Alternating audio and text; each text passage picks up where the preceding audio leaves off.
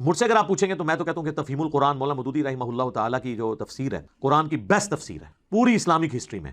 بسم اللہ الرحمن الرحیم۔ مرزا محمد انجینئر مسلمانوں کے متفق علیہ بابوں کے بارے میں تو گستاخیاں نکالتا ہے اور ان کی عبارات نکال کر لوگوں کو دکھاتا ہے، یہ دیکھو انہوں نے گستاخیاں کی، یہ دیکھو انہوں نے گستاخیاں، اور جن کو یہ بابا مانتا ہے مثلا مولانا مودودی، اور کہتا ہے کہ 1300 سال میں ایسا عالم نہیں آیا۔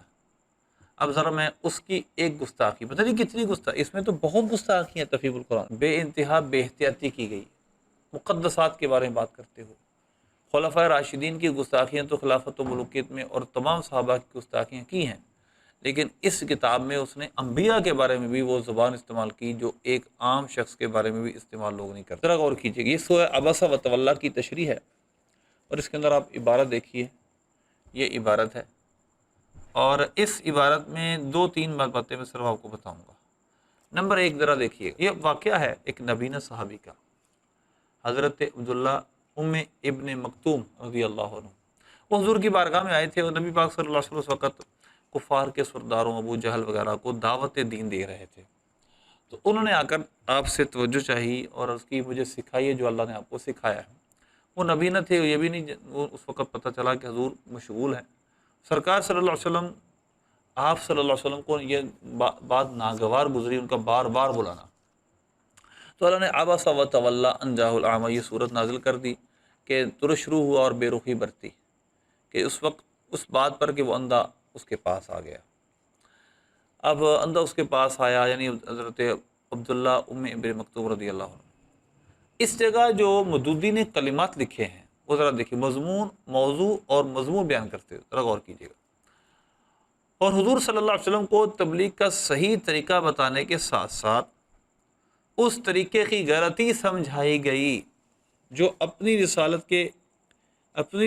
کے کام کی ابتدا میں آپ اختیار فرما رہے تھے۔ ذرا غور کیجیے گا، یعنی آپ شروع سے آپ تبلیغ کرنے میں غلطی کر رہے تھے، معاذ اللہ، پتہ نہیں کس غلطی کی بات یہ کر رہا ہے، اور تاریخی حقیقت تو اس کی کوئی نہیں جو اس نے موضوع مضمون لکھا ہے نا، کہ آپ صلی اللہ علیہ وسلم امیروں کے کو سمجھانے لگ پڑے، ایسی تو کوئی بات نہیں ہے۔ آپ صلی اللہ علیہ وسلم نے تو جو پہلے مسلمان ہونے والے لوگ ہیں ان میں تو غلام بھی تھے اور غریب ہی زیادہ تھے۔ صحیح بخاری کی حدیث ہے، جب حضرت ابو سفیان رضی اللہ عنہ جو مسلمان نہیں تھے، ہرقل بادشاہ نے ان سے سوالات کیے تھے، تو ایک سوال یہ تھا کہ بتائیے کہ جو ان کا کلمہ پڑھنے والے ہیں وہ پہلے کون؟ ان کا غربا۔ انہوں نے فرمایا اسی طرح غریب ہی انبیاء کی دعوت کو پہلے قبول کرتے ہیں۔ تو بالکل یہ آؤٹ آف کانٹیکسٹ بات ہے کہ آپ صلی اللہ علیہ وسلم سرداروں کو تبلیغ کرتے تھے، اور معاذ اللہ یہ آپ کے طریقے کی تبلیغ کی غلطی تھی جو اللہ نے آپ کو سمجھائی، معاذ اللہ یہ کیسا آپ اختیار فرما رہے تھے، پھر یعنی وہ مسلسل غلطی چل رہی تھی، معاذ اللہ۔ آپ کا ایک نبینہ سے بے رخی برتنا اور سرداران قریش کی طرف توجہ کرنا کچھ اس بنا پر نہ تھا کہ آپ بڑے لوگوں کو معزز اور ایک بیچارے نبینہ کو حقیر سمجھتے تھے۔ اب ذرا غور کیجیے، 2 لائنیں آگے چلتے ہیں۔ بلکہ معاملے کی اصل نوعیت یہ ہے کہ ایک داعی جب اپنی دعوت کا آغاز کرنے لگتا ہے تو فطری طور پر اس کا رجحان اس طرف ہوتا ہے کہ قوم کے با اثر لوگ اس کی دعوت قبول کر لیں تاکہ کام آسان ہو جائے، ورنہ عام بے اثر اور معذور یا کمزور لوگوں میں دعوت پھیل بھی جائے تو اس سے کوئی بڑا فرق نہیں پڑ سکتا۔ یہ بہرحال اپنی تبلیغی جماعت کے بارے میں تو یہ کہہ سکتا ہے کہ وہ امیروں میں بہت دعوت دیتے ہیں نا، تو شاید انہوں نے یہ قیاس کرتے ہوئے المرء یقیس علی نفسہ، تو انہوں نے یہی قیاس کرتے حضور کے بارے میں یہ کہہ دیا، حالانکہ حضور علیہ السلام کی بات قرآن میں ہے۔ نبی پاک صلی اللہ علیہ وسلم نے کس جگہ یہ کیا ہے؟ آپ نے بلا امتیاز سب کو دعوت دی ہے۔ تو ایک تو آؤٹ آف کنٹیکسٹ کی بات ہے۔ اب ذرا غور کیجیے، قریب یہی طرز عمل ابتدا میں رسول اللہ صلی اللہ علیہ وسلم نے اختیار فرمایا تھا۔ آپ نے مطلقاً سب سرداروں کو جمع کیا، آپ نے قریش کو جمع کیا سب کو، کیونکہ آپ کی قبیلے کے قریبی لوگ تھے وہ، جو آگے جو بات ٹھیک نہیں کی اس نے، جو نبی پاک صلی اللہ علیہ وسلم کی شایان شان بات نہیں، وہ یہ ہے، لیکن اللہ تعالیٰ نے آپ کو سمجھایا کہ اسلامی دعوت کا صحیح طریقہ یہ نہیں، بلکہ اس دعوت کے نقطہ نظر سے ہر وہ مسلمان اہمیت رکھتا ہے جو طالب حق ہو، چاہے وہ کیسے کمزور ہو۔ یعنی نبی پاک صلی اللہ علیہ وسلم ابتدائے نبوت سے آپ صرف امیروں کو دعوت دے رہے تھے، اور یہ معاذ اللہ آپ کی غلطی تھی۔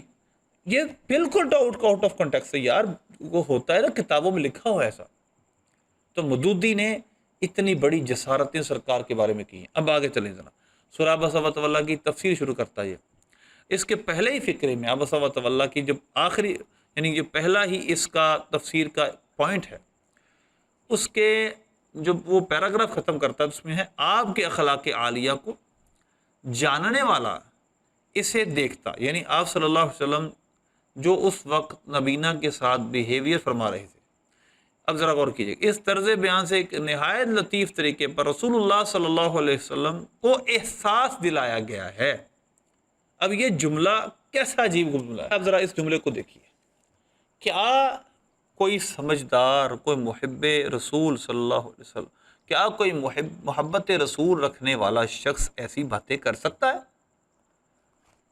کہ آپ کو، اب ذرا پھر عبارت سنیے، کتنا گستاخانہ طرز بیان اس کا، کس طرح سرکار کے بارے میں کس طرح کے جملے بول رہا ہے. اس طرز بیان سے ایک نہایت لطیف طریقے، یعنی اللہ نے عبس و تولی یہ جو طرز بیان اختیار کیا، پہلے غیبت میں کلام پر فرمایا، پھر اللہ نے خطاب شروع کر دیا، ما یدریک لعلہ یزکا.